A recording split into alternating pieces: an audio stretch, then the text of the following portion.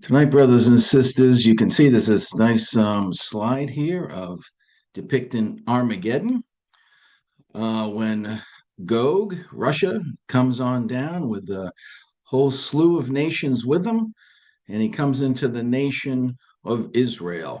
And this is, God bringing judgment upon Israel. And then later, of course, God is going to judge the nations.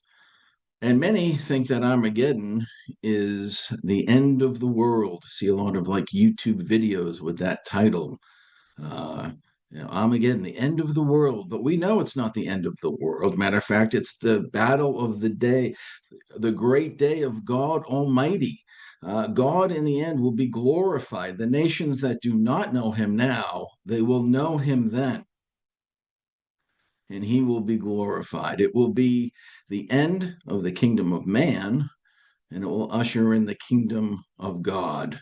And so that, of course, is a great day that we're looking forward to. Now, some think that the current situation with the Iran Israel US war is Armageddon. And while I think that it's a great step towards Armageddon, however, I don't think we're quite there yet because we would need the cry of peace and safety. We would need Israel to be at rest, unexpecting of any type of invasion. So that's what we're going to take a look at this evening.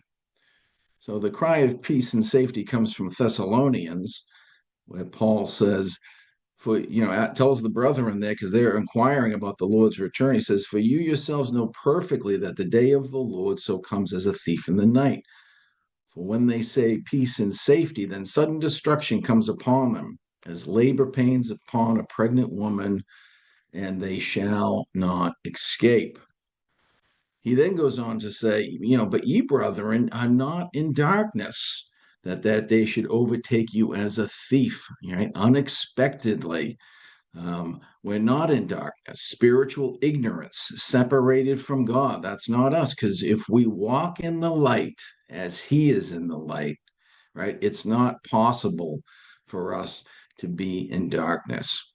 Plus, we are expecting the return of the Lord, right? As a woman in travail, she knows those labor pains are going to come, but she doesn't know when they're going to come. And so we are looking for that. And when they do come, they continue to come. You can't say, "Oh, okay, can you come back tomorrow? I'll deliver the baby tomorrow." No, once they come, they're here to stay. And Jesus says, "For those that are unprepared, for like a snare shall it come upon all them that dwell on the face of the whole earth," right? It'll be like a trap on who? Those that are in darkness. So, it has an application to AD 70, I think, when, Jesus told them that, Rome will come and they'll surround the city, get out. And then Rome came, and then they were called back. And some cried, we're safe, peace and safety. They didn't heed the warning of Jesus, while others did, and they flee and they save their lives. And the sudden destruction came when Rome came back, and there was no escaping. Also, you have when the judgments of God come, right? When they're introduced to Jesus, it's at Armageddon. That's when God will judge the nation of Israel and the nations. To them, they won't see it coming, right? The world moves today as there will never be a judgment. Israel will be crying peace and safety. Things are good. And then sudden destruction will be right upon them. And so we are prepared or need to be prepared for the return of Christ so we're not caught off guard. So when we go to some Armageddon chapters, we go to Ezekiel 38. And in verse 8, it says, "After many days thou shalt be visited in the latter years," right? So it's a time in the future that Ezekiel is writing about. And it says, "Thou shalt come into the land." This is God speaking about Gog. He's telling him, "You're going to come into the land that is brought back from the sword, gathered out of many people against the mountains of Israel, which have always been waste, but is brought back forth out of the nations, and they shall dwell safely.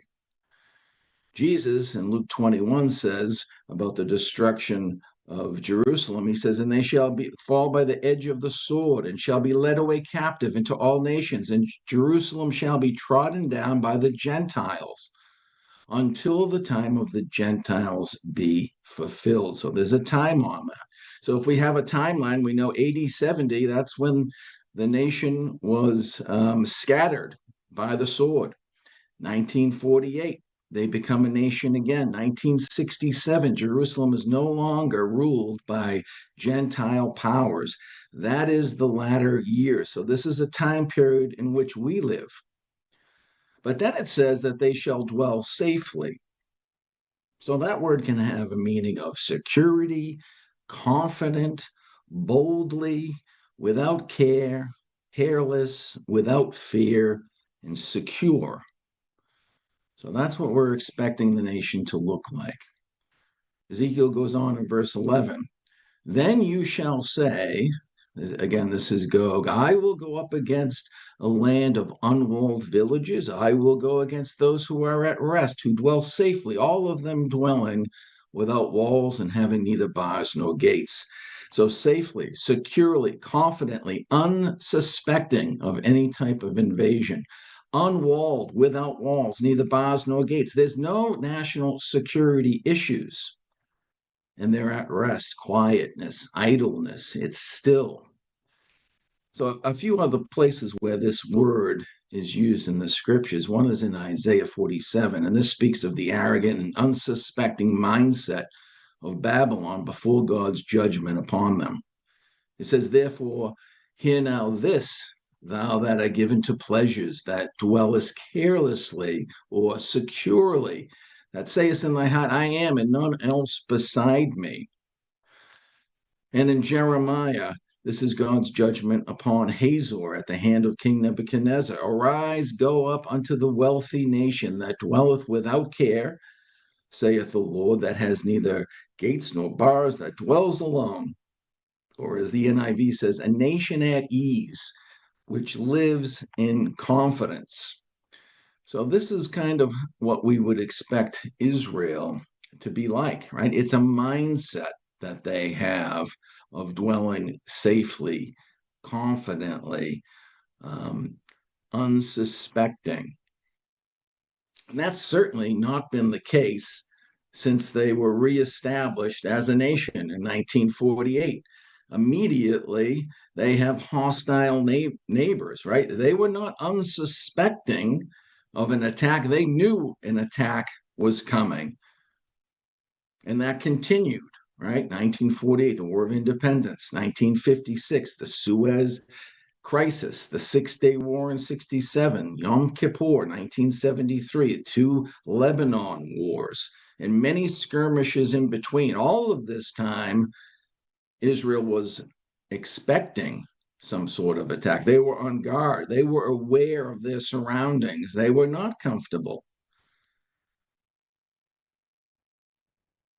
Historically, right? Psalm 83 says, they have said, come, let us wipe them out as a nation, that the name of Israel may be remembered no more. For they have consulted together with one consent. They are confederate against thee. Right? This hatred of the nations that they have for Israel, they want to wipe them out. Well, that enmity, that hatred has continued to this day, right? October 7th attacks, over 1,000 Israelis die. That doesn't do it justice, does it? If you recall the events, and if you ever read some of the horrific accounts, you wouldn't believe the massacre that took place. That one man could do this to another. It would take extreme hatred to be able to do those things to another person. And we still have a nation anyway that would like to remove Israel from existence. Iran's supreme leader, Israel is a cancerous tumor that will undoubtedly be uprooted and destroyed. course, he was murdered by Israel. They killed him. And the president, back in 2006, Bimajab, I think his name is, he said that Israel should disappear from the universe. So they have had this type of hatred all around them. However, this article goes on and says, the Middle East is undergoing an unprecedented transition sparked by the Hamas attack. Under this attack, if you remember, Israel was able to get GoPro video of the massacre because the Hamas terrorists had it on them. They wanted to record the massacre and then bring it back to the people and share it with them. And then, those that were killed, Israel was able to get their hands on it and they made a video and they went around to the other nations and they showed them this is what took place. And of course, the nations were appalled. And no one at that point was saying, oh, Israel, take it easy like they had in the past. They kind of had the green light. And then they went out and they destroyed Gaza. They get rid of all of those terror tunnels, and they did a really good job.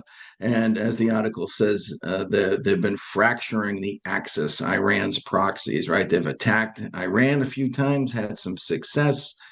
And Iran's plan of surrounding them with the ring of fire, having, they're going to have war on multiple fronts. They have militias in Syria and Iraq, and that plan has not worked. And it seems since they became a nation again that there's this possibility where they might be able to get peace, that they might be able to get some rest if they can get rid of those who want to destroy them, who want to remove them from the river to the sea. Palestine will be free. That was the chant we heard back in 2023. So while they does Israel dwell confidently? Yeah, I think they do now, right? They've got the Iron Dome, they've got the David Sling, the Iron Beam, they've got a lot of great defense systems. They're a leader in technology. They're a self-sustaining country, right? They've got the water plants. They can grow their own food. They have their own natural resources. They've got oil and gas. They've got prosperity. They've got enough oil and gas to not only supply the country, but also to become an exporter. They're a country that has put their trust in themselves. They're very self-confident, self-reliant. They don't need God in their eyes. They trust the IDF, Mossad, their intelligence groups, right? Remember all those, they got these great targeted attacks where they were targeting Hamas leaders right in their apartments by sending in missiles. You remember the pager attack, right? Or when they hacked into the traffic lights in Iran so that they could follow Iranian leaders, and then they wiped them all out as well. So they've got great confidence now. Of course, they've got the United States, perhaps a presidency that has never been more pro-Israel, and he's right beside them fighting, right? The world power. Great. That gives them great confidence. They also now have Arab allies in the region. Not everyone is against them. And they have weakened Iran in her proxies. And I think that has given them great confidence. But they're going to need a little bit more than confidence, right? It says that they must also be at rest, unsuspecting. So this I had to put in Monday because Sunday night this came out that a peace deal was reached, right? And that's what I'd probably expect will happen. The U.S. and Iran inch closer to a deal to end the war. Trump says the memorandum of understanding pertaining to peace, right? Peace is on the minds. He wants to open the straits. And then he said, and they're willing to give up their uranium. No sooner did I think he tweeted it out, that Iran fired right back and said, we've made no agreement to give up our ambition for a nuclear weapon. We're not giving up uranium. Israel was caught a little off guard saying, well, an agreement where they don't have to give up the uranium. I mean, we're looking to we're concerned with our national security here. How many times, years and years, did Netanyahu go before the UN to tell them Iran is getting close. They're getting closer. He's telling them, do something or we will, right? And then we know that they've attacked Iran a couple of times. They can't wait anymore. So I think we would expect some sort of a peace agreement. Now, in the Middle East, to find peace, it's it doesn't come easily. It's pretty evasive. Though the Egypt-Israel one from 79 there, that has worked, right? Egypt became the first Arab country to recognize Israel as a nation. And the Nobel Peace Prize went to Anwar Sadat and Menachem Begin. I think both of them ended up getting assassinated a few years later, but they won the Nobel Peace Prize for their efforts. Jordan, Israel, that's another one that has worked out. Nobel Peace Prize that year went to Israeli Rabin, Simon Peres, and Yasser Arafat for their work on the Oslo Accords, something that Bill Clinton spent a lot of time trying to get this agreement signed. He offered everything that Arafat wanted. He got all of Gaza, and 97% of the West Bank was offered by Israel. And yet, Yasser Arafat said no. He walked away. To which Bill Clinton responded to him and said, "You just cost me the Nobel Peace Prize." And then, of course, we've got the Abraham Accords, right? Big moment, right? Israel having normal relations with some of the Arab nations.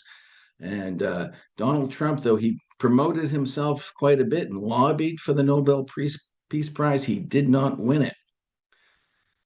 However, according to this New York Times, every president would like to win the Nobel Peace Prize. It says here Trump's Nobel Prize obsession is about more than just world peace, right? This is about his legacy. Every president wants to leave a legacy. What did I accomplish during my presidency? It's the one thing that's on their mind.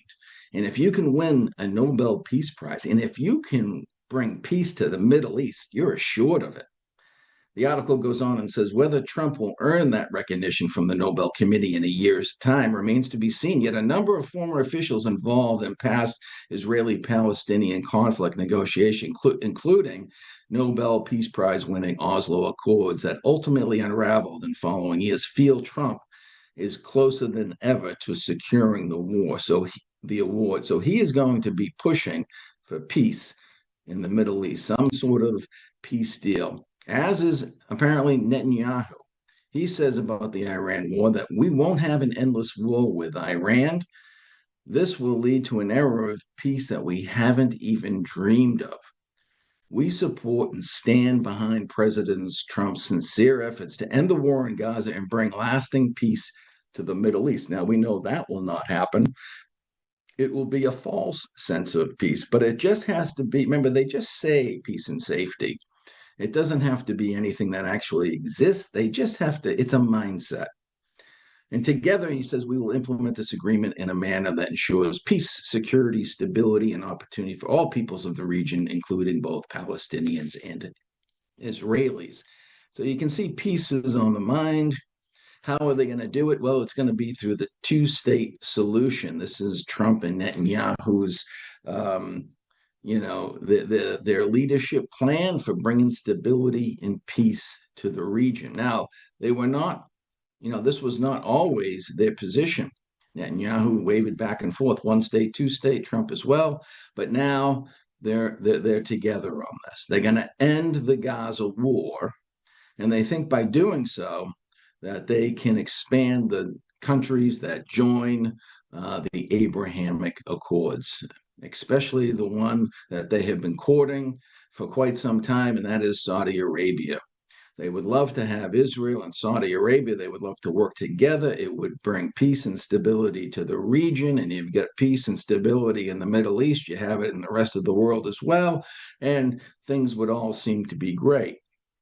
The problem is Saudi Arabia won't sign it. They won't sign it until the Palestinians have a homeland. So we think that this two-state solution will get pushed forward.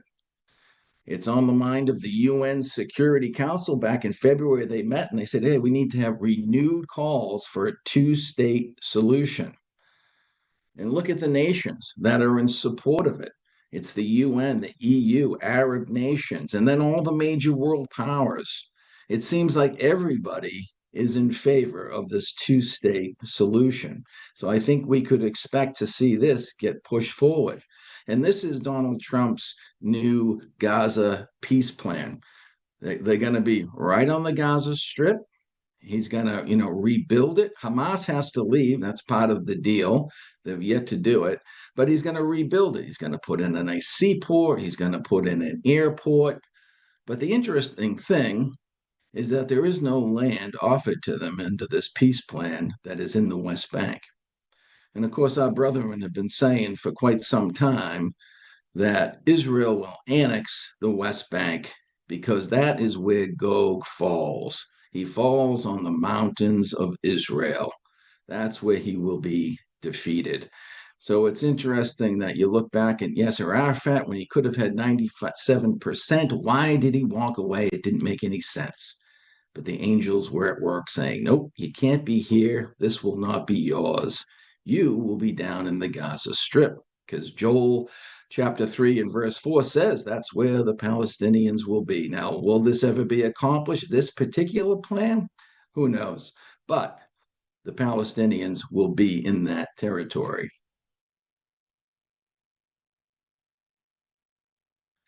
So while all the nations are saying they're in agreement, let's have a two-state solution, there's only someone that is a little upset about it, and that's God.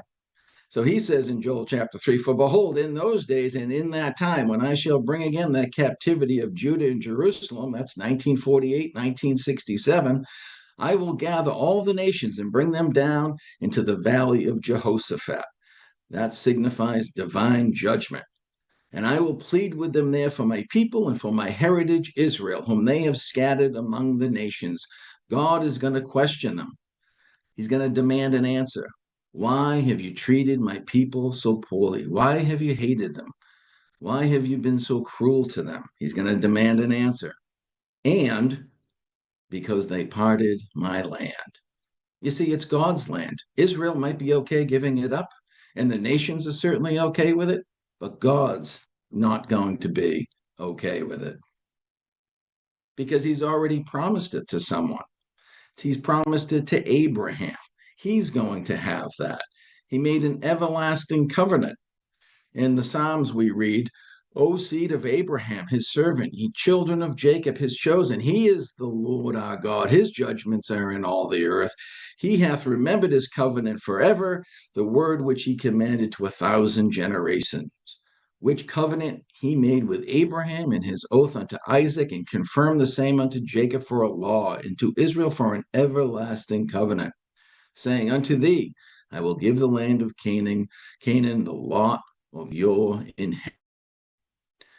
And I think we have a pattern set here for when the Babylonian invasion came upon Israel, a time when Israel had forgotten their God.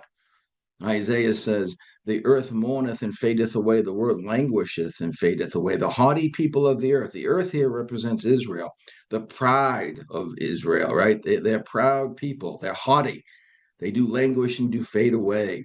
The earth is defiled under the inhabitants thereof. The inhabitants of Israel. Why? Because they've transgressed the laws, changed the ordinance, and broken the everlasting covenant, right? The things of God to the present day leadership in Israel don't mean much at all.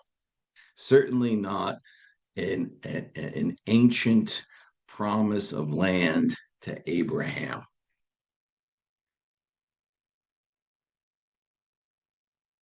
So, what might be some possible outcomes? See, sometimes in Bible prophecy, you can see it with your natural eyes, and you see it in the scriptures. They line up together. Sometimes they don't.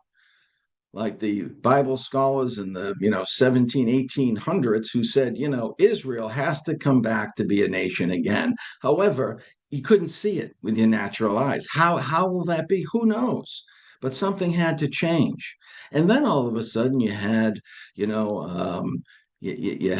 the Zionist movement. And then you had the Balfour Declaration. And now you could start to see the pathway. So, what might a pathway be that we could see Israel at rest, unsuspecting? Well, maybe the current deal that they have that looks pretty fragile, but maybe they make some tweaks and Iran says, "Yeah, we'll give up nuclear ambition." Yeah, that would do it. Well, maybe war resumes, and America and Israel decimate um, Iran's capabilities of making a nuclear weapon. That would do it as well. Well, what happens if the United States and Israel all of a sudden they don't quite see eye to eye on how they want to accomplish this goal? America is looking to get out, right? Politically back home, Trump is taking a beating, right? The people are complaining the gas prices are too high. He's looking for a way out, while Israel is saying, no, we want to continue. We've got them right where we want them. We're almost there. We've got to continue to attack. So if America pulls away from Israel and sidelines them, Israel's going to have to seek another partner. Perhaps they'll need some help, some guidance. They'll need someone else to step in. Now we know in the time of Jacob's trouble at Armageddon, Israel's going to be alone, right? All your lovers have forgotten you, says Jeremiah, right? They will have no one to help them. They'll have to go to God.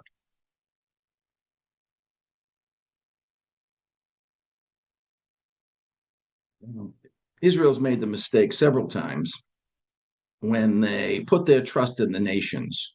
And in Isaiah, it says, woe to them that go down to Egypt for help and stay on horses, trust in chariots because they are many, and in horsemen because they're very strong, but they look not unto the Holy One of Israel, neither seek the Lord.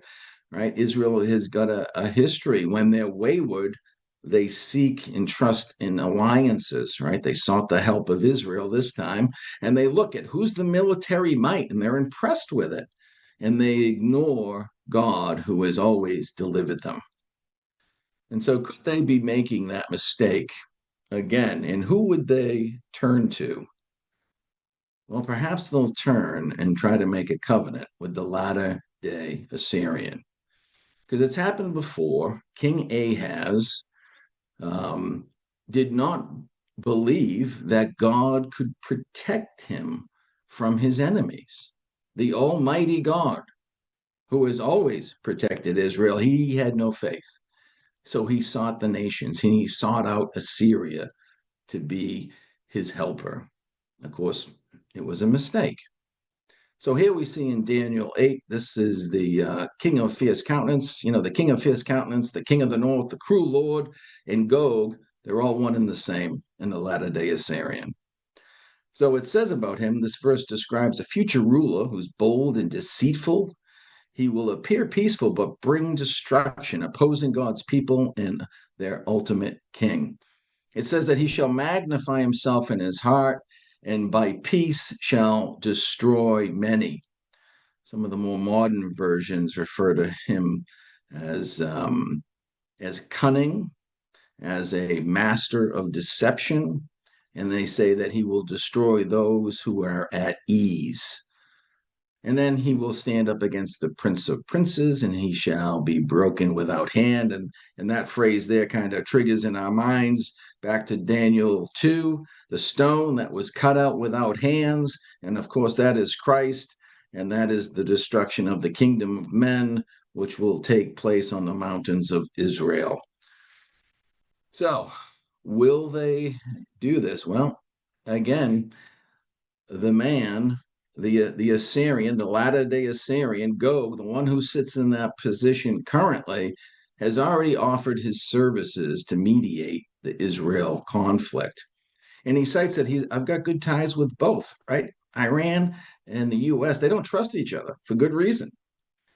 And yet Iran has no one else to go to. He knows that Russia does not get along with the West either. And so he will take the advice. In Israel, Netanyahu and Putin, they've had a very good relationship. Putin asked him when the Ukraine war broke out, he said, listen, don't give them any advanced weapons. And if you don't do that, I'll turn a blind eye and you can do what you want in Syria and Iran. And that relationship has worked out. Even though Israel received a lot of pressure to help, they didn't. I think last year they may have given some outdated defense weaponry, but they've had a good relationship. And historically, Putin has been willing to step into the Middle East. You'll remember back in, I think it was 2013, during a civil war in Syria, and chemical weapons were being used. And Barack Obama, the president at the time, said, well, that's a red line. If we find out that's true, then we'll have to attack. Well, they find out it's true, and now he has to attack. And then Mr. Putin steps in and says, hey, what if I can convince him to give up his chemical weapons? Can we avoid the war? And that's exactly what happened. So if there's anyone who can convince Iran to give up their ambition of seeking a nuclear weapon, I think it would be Mr. Putin, or the one who sits in that position as the latter-day Assyrian. And he might be able to give Israel some assurances that, don't worry, you'll be safe. They will not be a threat to you anymore. So when we look at the peace and safety mindset of Israel just prior to Armageddon, in Amos, this is when the Assyrian came down on Israel, right? God brings the nations to punish them when they forget about him. It says in Amos, woe to those who are at ease in Zion, and to those who feel secure on the mountain of Samaria. Right. Then he goes on and he lists these cities that God has already destroyed. And he says, do you think you're better than these?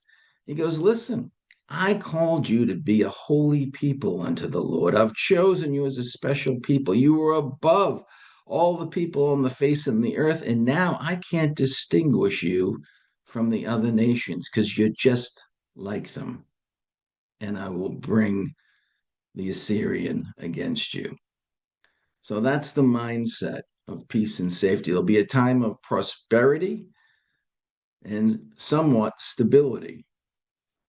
Israel will be trusting in man. They'll be trusting in themselves and their alliances rather than trusting in God. Outwardly, things will appear strong, but within there will be spiritual and moral decline, as it was in the days of Amos, as it is today in the nation of Israel. Moral decline.